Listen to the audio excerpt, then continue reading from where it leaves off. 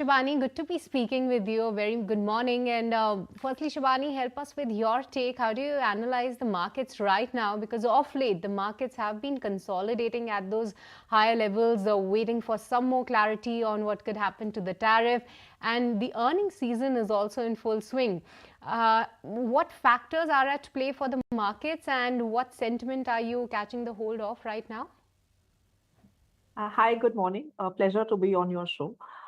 So, if you look at Indian markets over the last year or so, our markets have been fairly resilient in the backdrop of what's happening globally with all the tariff related uncertainty and geopolitical tension. Having said that, if you look at calendar year to date on a relative basis, if you look at Indian markets, they have somewhat underperformed the emerging market pack. In that context, when you look at our markets today, if you look at the macro factors, macro and policy factors continue to remain fairly buoyant, and policy has been supportive.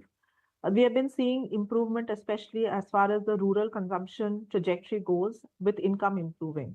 However, I think the biggest factor to watch out from our market perspective, apart from the global factors that we have been discussing, is what happens to corporate earnings.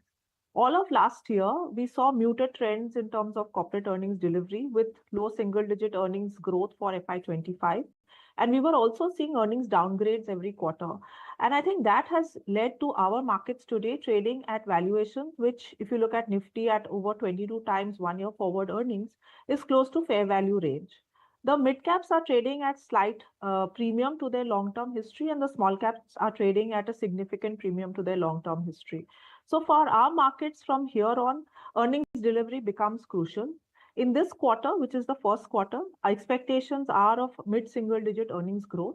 But when you look at the full year as a whole, which is FY26, at this point in time, expectations are of improvement of close to double-digit earnings growth for the year as a whole. So therefore, delivery of earnings in this context of valuations becomes important.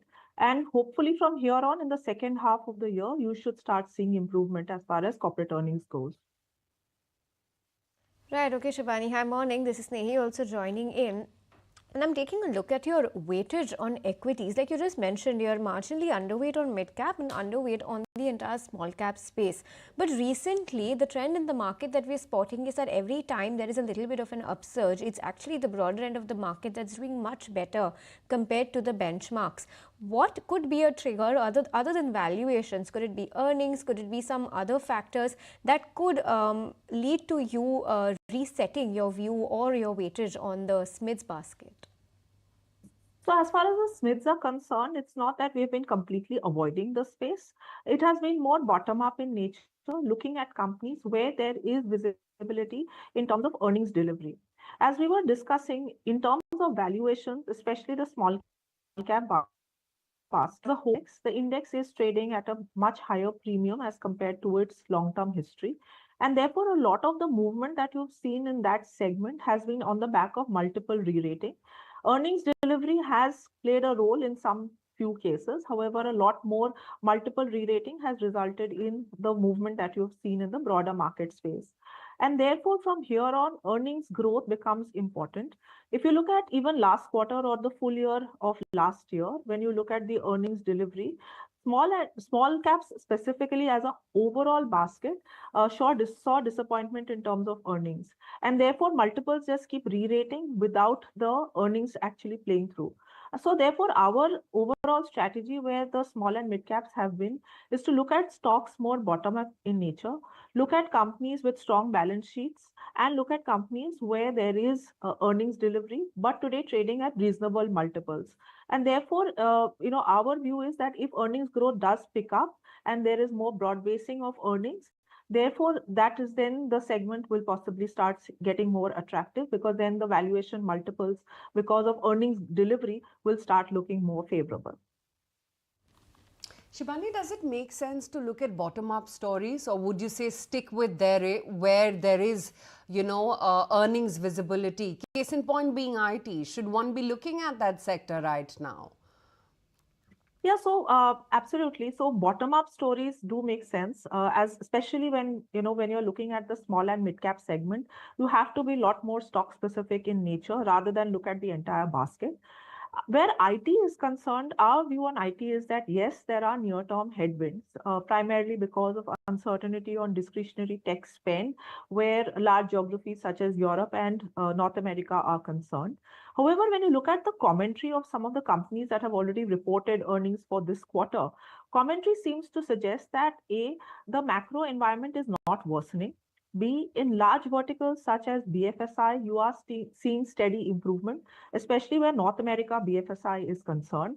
And therefore, our belief is that as and when we get closer to some sort of settlement where all the trade related tensions are concerned, some amount of the discretionary tech spend, which has been missing in action for so long, possibly does come back, and that leads to earnings and revenue growth for the sector normalizing in line with their long-term trajectory.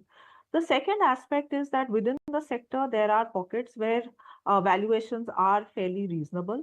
And the third aspect is from a slightly longer term perspective. If you look at what's happening on the AI segment, AI and adoption of AI by enterprises globally, our view is that that will lead to, over a period of time, considerable amount of work for the Indian IT services space, specifically for those companies who are able to evolve and build talent and capabilities to cater to that demand. So IT at this point in time, in the near term, will possibly see some headwinds, but with a medium term view, our view on the sector remains fairly constructive. All right, that's about IT. But Shibani, off late, the consumption basket is seen to be picking up, and especially the case of staples. That's garnering some bit of an investor interest.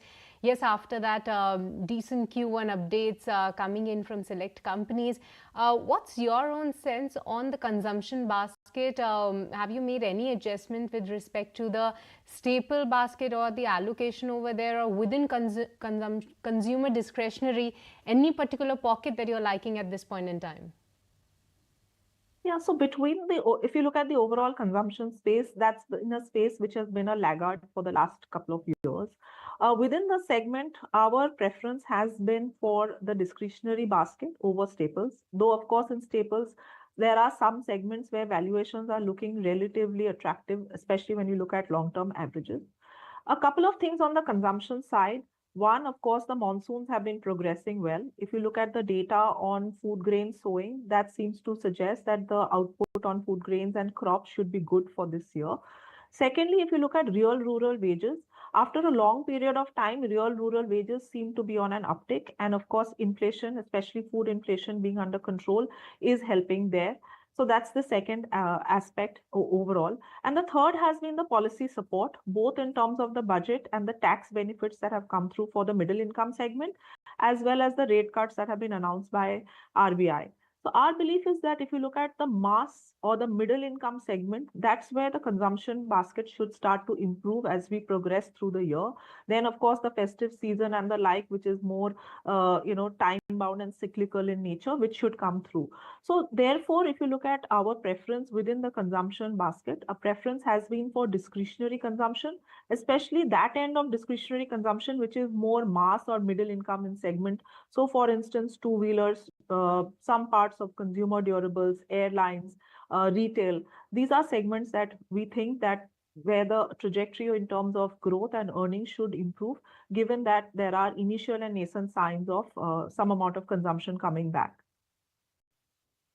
Shibani, appreciate that view, and thank you so much for joining us and taking the time out to speak to us at ET Now. On that note, we'll let you go.